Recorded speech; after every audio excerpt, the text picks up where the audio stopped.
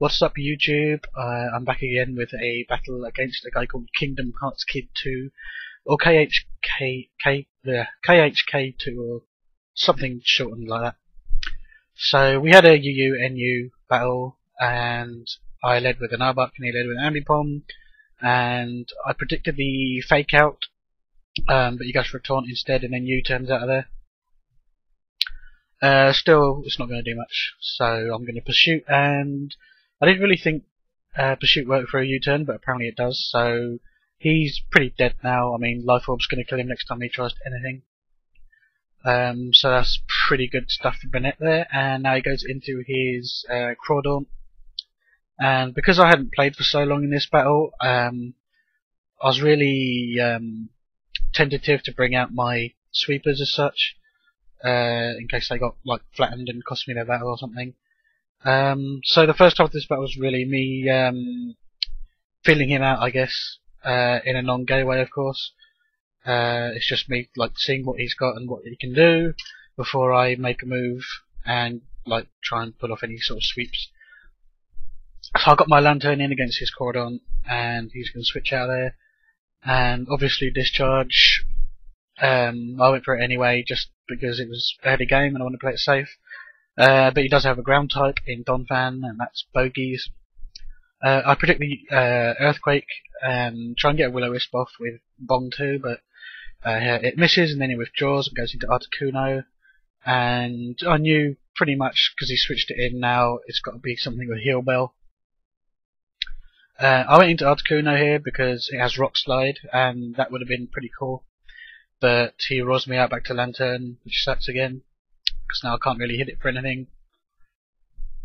I think he goes with the Heal Bell on this turn, and I just stay in and go from damage, in case he wanted to roar again or something along those lines.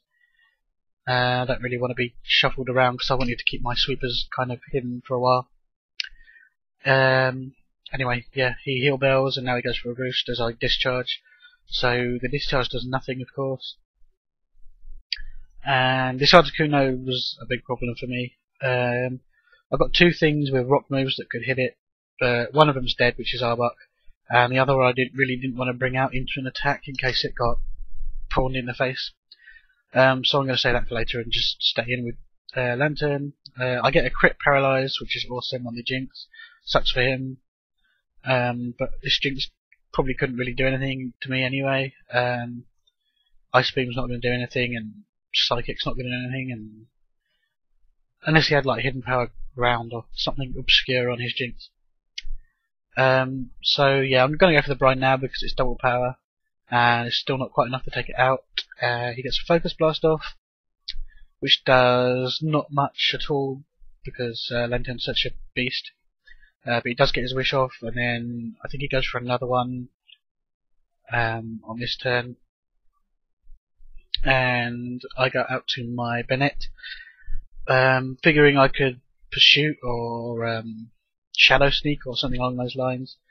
I predicted he would think I'd Pursuit and he'd stay in, so I went for the Shadow Sneak, and Banded Shadow Sneak will kill anyway. So that's pretty good stuff, because the Jinx is dead, Bennett's taken out, what, 2 guys already, and he's still at good health. I go into Arbok here for Death Fodder, which means I've only got one thing to take on that Articuno now.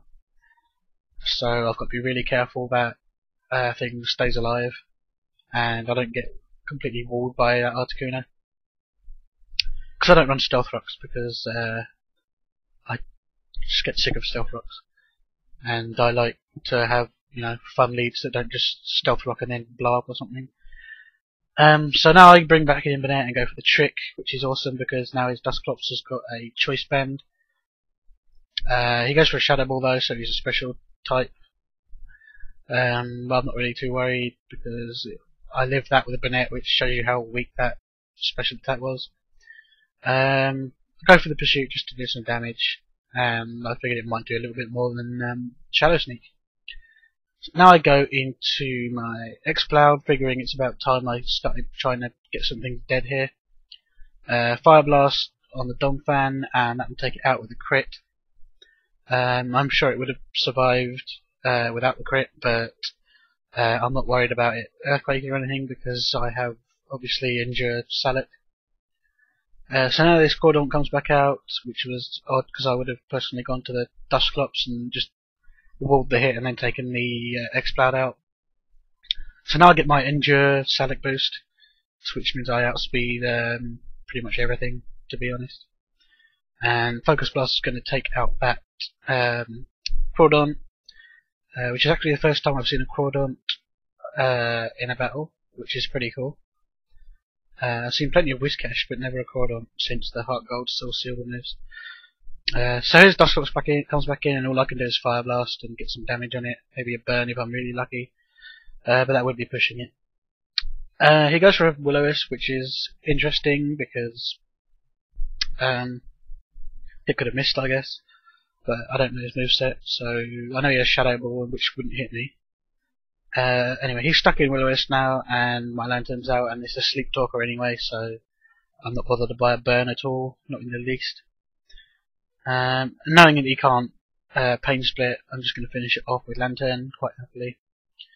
And this was a big moment here because I really wanted to see this Ambipom in, because it means that he can kill off my Lantern, and then I can bring in my last guy ready for Articuno.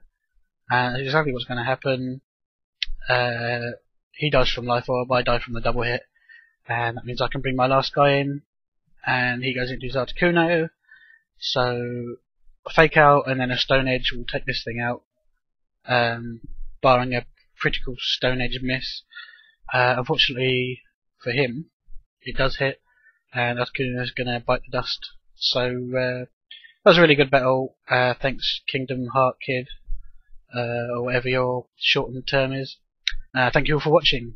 I'll see you soon.